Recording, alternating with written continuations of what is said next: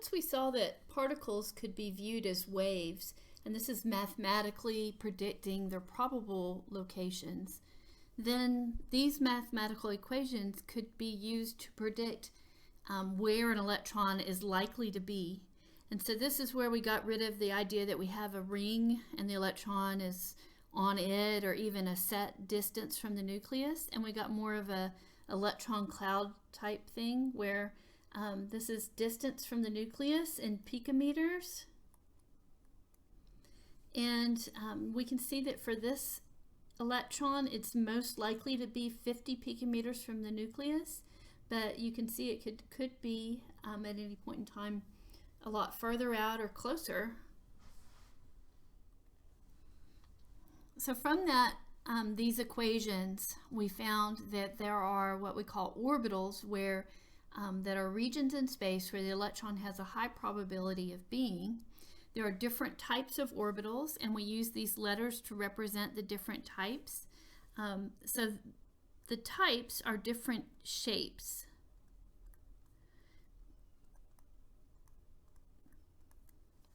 And so like an s orbital is maybe like you would imagine an orbital being. But a p has two lobes. This is one orbital, it just has two lobes. D orbitals have four lobes, at least most of them do, kind of a clover leaf pattern. And the shapes get more complicated after that. Whenever you have p orbitals, you'll have them in sets of three. You'll have, this is one orbital with two lobes, left to right, front to back, and top to bottom. We're going to be doing electron configurations, which means you're going to tell where the electrons are in all of these low orbitals. So we could say the distribution of electrons in the orbitals. Okay, so we need to know which orbitals are in the different energy levels, and luckily there's a pattern. The circles represent an orbital. Each circle is one orbital. And remember how I said that p orbitals come in sets of three, the left to right, top to bottom, front to back? Okay, so that's why every time I write p, I have three orbitals by it. And then we have our pattern that first energy level has just S, second has S and P, third has S, P, and D, and so on. You gain orbital types, and there actually are more, but we won't need them when we draw we do our ground state electron configurations. And like I said, for the P's always come in sets of three. The S's, when you have S orbitals, there's always only one.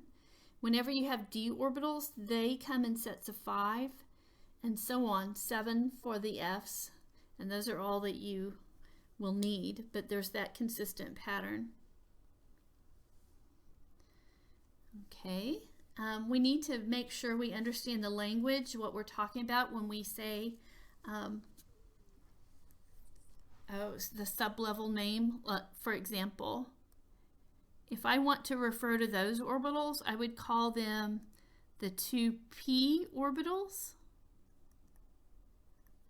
or I might call the whole set the 2p sublevel. Okay. Similarly, if I want to talk about those, I would call those the 5d orbitals. And I might say something like this, which gets confusing. There are 5, 1, 2, 3, 4, 5d orbitals. So you got to really watch the language and understand that this is a description of a sublevel or a group of orbitals. Okay, and like I just said, we call these sublevels when we're talking about this whole set.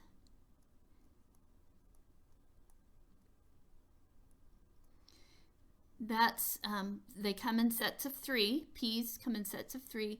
So this is kind of how I would represent that sublevel. And why we call them sublevels? Well, I mean, it kind of makes sense that they're like within one level.